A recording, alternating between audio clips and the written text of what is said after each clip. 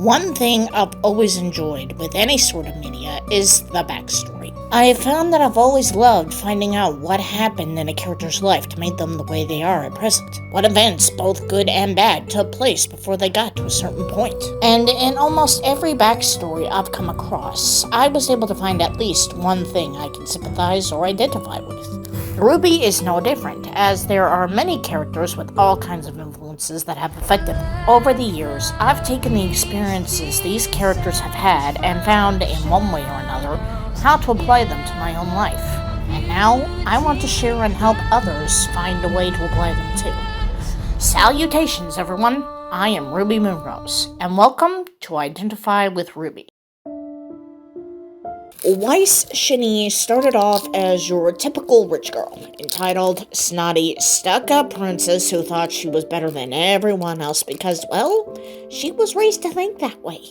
At the beginning of the series, Weiss is the heiress to the Shani Dust Company, a company that specializes in mining and distributing dust, a special mineral in the world of Remnant that's used for pretty much everything, but especially for weapons. And since Weiss is the daughter of the owner of this company, it's safe to say that she grew up very privileged. But the money and pride of the Shani family didn't come out of thin air. It all started with Weiss's grandfather, Nicholas Shani, who built the company from the ground up and poured himself into everything he did. I myself am able to identify with this, because my grandfather was the same. He was a businessman who built his own moving business from almost nothing, just like Weiss's grandfather. When all the work that Nicholas put into his business began to take its toll on him, however, he passed on the company to his son-in-law, Jacques Shani, who married into the family and is a total...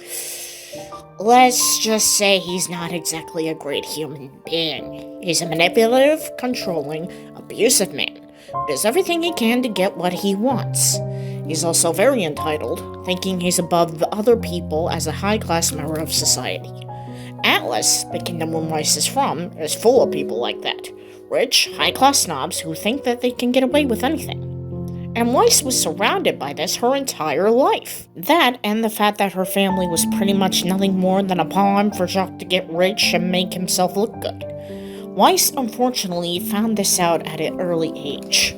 When I was 10, my dad finally admitted to my mom that the only reason he married her was for the family name.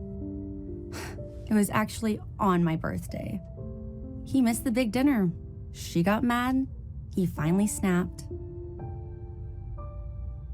I think she already knew. Looking back, I think I knew too. But hearing him say it finally pushed her over the edge. And ever since then, watched as everything she knew came apart after her grandfather died. Her father was a monster. Her mom tried to loveless marriage, became an alcoholic, and the only family connection she had were with Klein, the family butler, and Winter, her older sister, who she idolizes. Despite growing up in a family of 5, with every luxury and comfort, Weiss felt isolated, lonely, and had no choice but to act the way she did in the beginning of the series just to survive. In the beginning, Weiss acted very spoiled, very entitled, and cold. It's not until she becomes RWBY's teammate that you start to see her true personality come through as a kind, sympathetic, and determined person. And after the events of Volume 3 happened, and she goes home, you realize she's changed. Her time at Beacon and the people she met had changed Weiss. She was now a warmer person, and became dedicated to being the best member of the team that she can possibly be.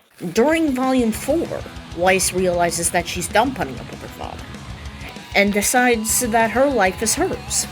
She masters her summoning, leaves Atlas, takes down a massive Lancer, and reunites with her team by the end of Volume 5. Seeing Weiss grow and come into her own is really inspiring. Even more so is the fact that she freed herself and became a strong, independent person who makes her own choices. In conclusion, Weiss is an independent, loyal person with a strong heart.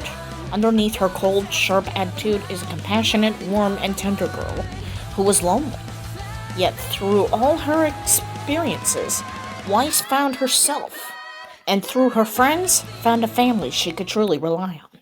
I don't know who you think you are, But let me tell you who I am. I am the granddaughter of a hero and the child of a villain. I am a citizen of a fallen kingdom and an heir to nothing.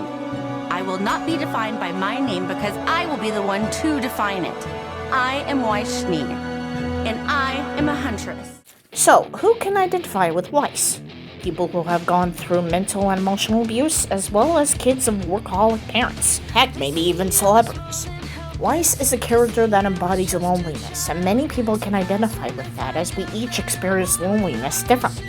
Thank you all so much for watching, and I hope you continue to enjoy this little series I've put together. Join us next time as we cover Lake Belladonna.